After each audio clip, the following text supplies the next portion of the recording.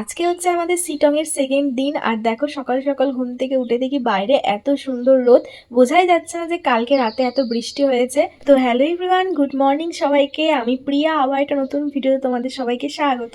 আমি তো ঘুম থেকে উঠেই ব্রাশ হাতে নিয়ে চলে এসেছি বাইরে। এখন বাজে প্রায় 8টা মতো। আর বাইরে বেরিয়ে দেখি কত রোদ্দুর বাইরে।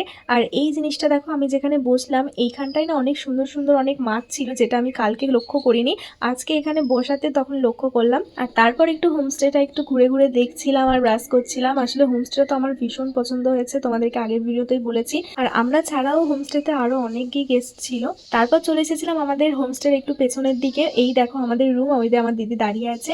আর আমাদের রুমের পেছনেই ছিল এই সুন্দর রিভারটা, যেটা হোমস্টের সাথেই। আগের দিনই তোমাদেরকে আমি জানলা থেকে এই ভিউটা দেখাচ্ছিলাম, বাট তখন অন্ধকার থাকায় বোঝা যাচ্ছিল না। তখনই বলেছিলাম আমি দিনের বেলা গিয়ে তোমাদেরকে আরো ভালো করে দেখাবো। তারপর রুমে এসে ফ্রেশ হয়ে আমি এখন শাড়ি পরে রেডি হয়ে নিয়েছি। আর এটা কিন্তু আমি সকাল সকালই রেডি হয়েছি। সকাল সকাল রেডি হওয়ার একটাই কারণ আমি রিলস বানাবো সেই কারণে। তারপর ভিডিও বানানোর আগে চলে এসেছি হচ্ছে ব্রেকফাস্ট করতে। আর আজকে আমাদের সকালে ব্রেকফাস্টে ছিল হচ্ছে লুচি আর আলুর তরকারি।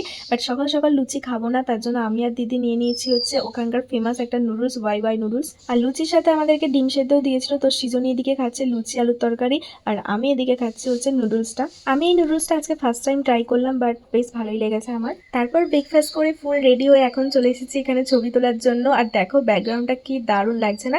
আজকে আমি কিন্তু অনেক রিলস বানিয়েছি, যেগুলো কিছু কিছু আমি পোস্ট করেও দিয়েছি অলরেডি। আর তারপর দেখো দিদিও চলে এসেছে রেডি হয়ে। আর আজকে কিন্তু ও শাড়ি পরেছে। আর আজকে আমি শুধু একা রিলস বানাইনি, আমি দিদির সাথেও অনেক রিলস বানিয়েছি। অনেকদিন পর আজকে দিদির সাথে আবার রিলস বানিয়েছি। আর আমাদেরকে আজকে কেমন লাগছে সেটা কিন্তু অবশ্যই জানিও। আর অনেকেই আছে আমার এই ব্লাউজটা নিয়ে অনেক কোশ্চেন করেছে যে এই ব্লাউজটা কোথা থেকে আমি কিনেছি বা কি রকম কি ব্লাউজ। বাট এটা কোনো ব্লাউজ না, এটা আমার একটা টপ, যেটা আমি শাড়িটার সাথে ক্যারি করেছিলাম।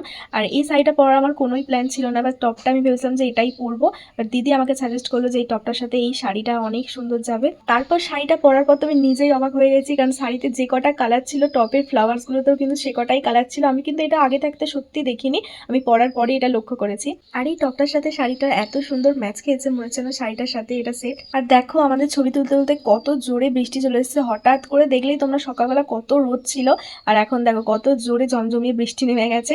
তো আমাদের ছবি তোলা ভিডিও করা অলরেডি শেষই হয়ে গেছিলো। তো কি করবো, লাস্টে আমরা একটুখানি ভিজেও নিলাম বৃষ্টিতে। আর তারপর বৃষ্টি থামার পর ভিজে শাড়ি টাড়ি ছেড়ে দেখো আমি আবার একটা নতুন ড্রেস পরে নিয়েছি। মানে আমি কিন্তু এখনো স্নান করিনি, ওই ভিজে মাথাতেই আমি আবার একটা ড্রেস পরে নিয়েছি নতুন, কারণ আবার আমি ছবি তুলবো ভিডিও করবো তাই। আসলে আমি এতগুলো জামা নিয়ে এসেছি যেগুলো আমি পরেও শেষ করতে পারবো না, সেই কারণে ভাবলাম হোমস্টেটা যেহেতু এত সুন্দর ব্যাকগ্রাউন্ড আসছে, সেই কারণে ড্রেসগুলো পরে আমি হোমস্টের ভেতরে ভিডিও করি, ছবি তুলি। আর আমার চুলগুলো দেখে আশা করছি তোমরা বুঝতেই পারছো যে আমার মাথা একদম ভিজে ছিল। আর দেখো আমি এদিকে ভিডিও করছিলাম, আর তখনই কুট্টু এসে আমার কাছে আদর খেতে শুরু করে দিয়েছে।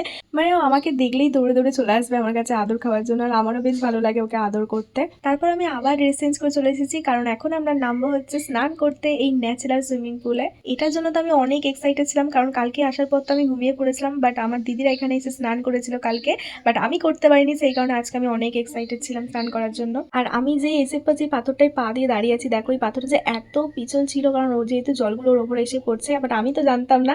আমি এসে পর মানে তাড়াতাড়ি তাড়াহুড়ো করে চলে গেছি, এত এক্সাইটেড ছিলাম। বাট দিদি আমাকে বললো যে একটু সাবধানে পাথরের উপর পা দিবি, কারণ পা পিছলে যদি একবার পড়ে যায় ভীষণ ব্যথা লাগবে। বাট আমার তো একদমই সেই দিকে হচ্ছিল না, আমার এত মজা হচ্ছে যে আমি ওখানেই নাস্তা আরম্ভ করে দিয়েছিলাম। আর তারপর দেখো চলে এসেছে সৃজনী ইন্ডিয়া জার্সি পরে, তোকে হাত ধরে নিয়ে চলে গেলাম একটু নিচের দিকে, কারণ ওইখানে যেহেতু বড় বড় পাথর ছিল, পিছলে পড়ে যাওয়ার ভয় ছিল, সেই কারণে চলে এসেছি এইখানে, কারণ এখানে বসে স্নান করতে বেশি মজা। আর আমরা তো সেই লেভেলের মজা করেছি, মানে তোমাদের বলে বোঝাতে পারবো না, এত এনজয় করেছি, মানে এত এনজয় হয়েছে ওখানে। কেউ কেউ এই সময় যাচ্ছে দীঘাতে, বাট আমরা চলে এসেছি পাহাড়ে ন্যাচারাল সুইমিং পুলে স্নান করার জন্য, যেই জলে নেই কোনো নোংরা, একদম পরিষ্কার পরিচ্ছন্ন কাচের মতো জল।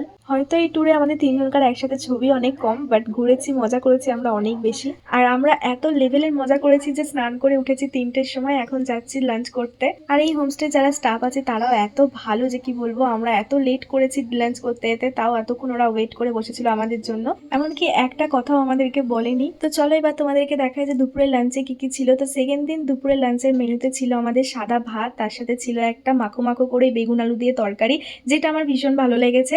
আর ছিল হচ্ছে ভেজ মাঞ্চুরিয়ান, ডাল, তার সাথে ছিল ঝুরঝুরে আলু ভাজা, স্যালাড, আর ছিল মাছের তরকারি। আর শেষ পাতে আমাদেরকে দিয়েছিল কাস্টার্ড। তো চলো আজকে ভিডিও এইটুকুই, টাটা বাই বাই সবাইকে, দেখা হচ্ছে খুব তাড়াতাড়ি অন্য একটা ভিডিওতে।